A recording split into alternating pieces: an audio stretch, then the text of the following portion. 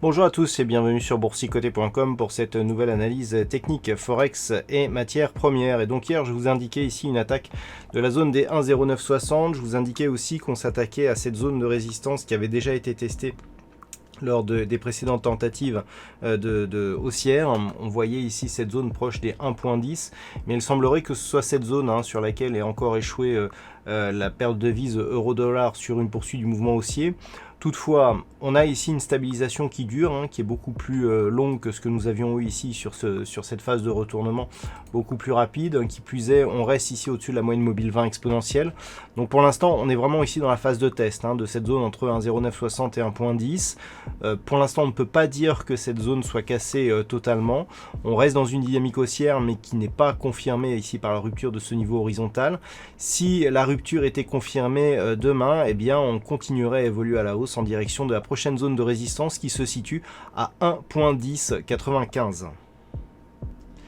Et puis sur le câble, hier je vous indiquais que suite à la rupture ici de la zone des 1.22, on avait eu un rebond technique qui avait validé un changement de dynamique puisque nous étions ici sur une évolution entre bande de Bollinger, moyenne mobile 20 exponentielle. Alors ça n'a pas duré très longtemps puisque lorsque l'on se rapproche, eh bien, on peut se rendre compte que cette moyenne mobile 20 exponentielle ici en rouge, elle a cédé. On est revenu tester ici la zone des 1.22.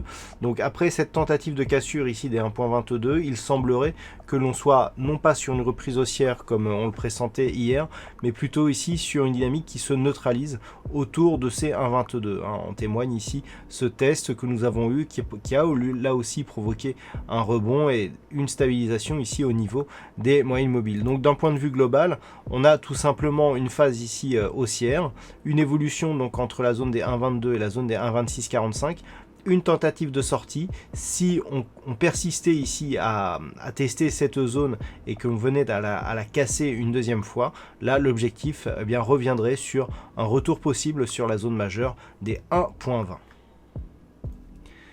Et puis sur l'or, suite à la tentative de cassure haussière ici du point haut significatif des 1747,50 $ l'once, eh bien les cours reviennent ici. Alors hier, ce que l'on pouvait constater, c'est que suite à cette dynamique haussière, on était revenu ici et que la moyenne mobile 20 exponentielle agissait comme une zone de support. Donc on a bien eu ici des cours qui sont revenus ici sur une tentative de poursuite haussière, sauf que à la deuxième phase de consolidation, déjà on n'a pas eu de nouveau point haut significatif par rapport à celui-ci, et deux, on a vraiment ici cassé cette moyenne mobile et on revient même marquer un contact ici sur la bande de Bollinger inférieure.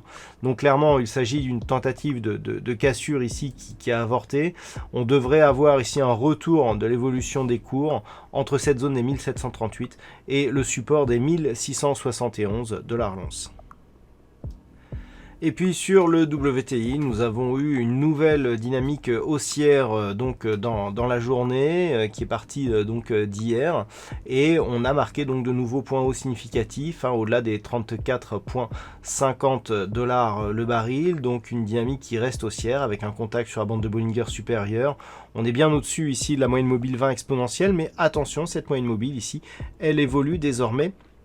Alors que nous avons eu ici un contact sur la bande de Bollinger supérieure, elle évolue sous sa moyenne mobile arithmétique. C'est un signe de faiblesse, donc il va falloir surveiller ici que cette zone des 34,50 n'agisse pas comme résistance majeure sur cette évolution.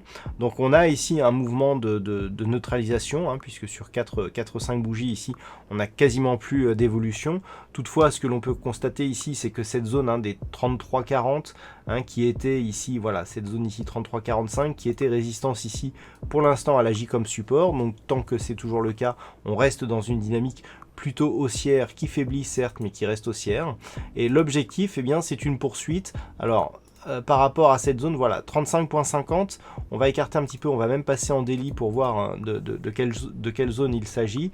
Voilà, c'est cette zone ici qui avait fait office de résistance après l'ouverture de ce fameux gap hein, que nous avions eu ici durant le week-end et qui avait vraiment lancé ici une dynamique baissière.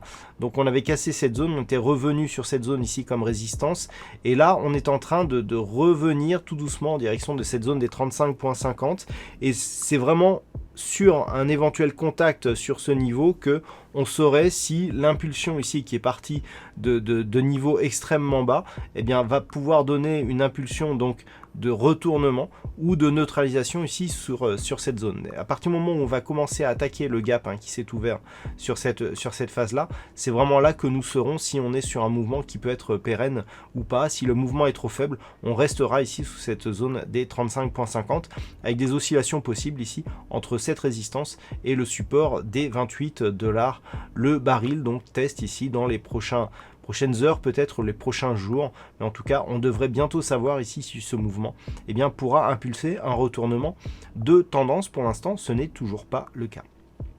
Voilà donc pour ce point Forex et matières premières. Passez une bonne soirée, on se retrouve dès demain pour d'autres analyses techniques, toujours sur le site boursicoté.com.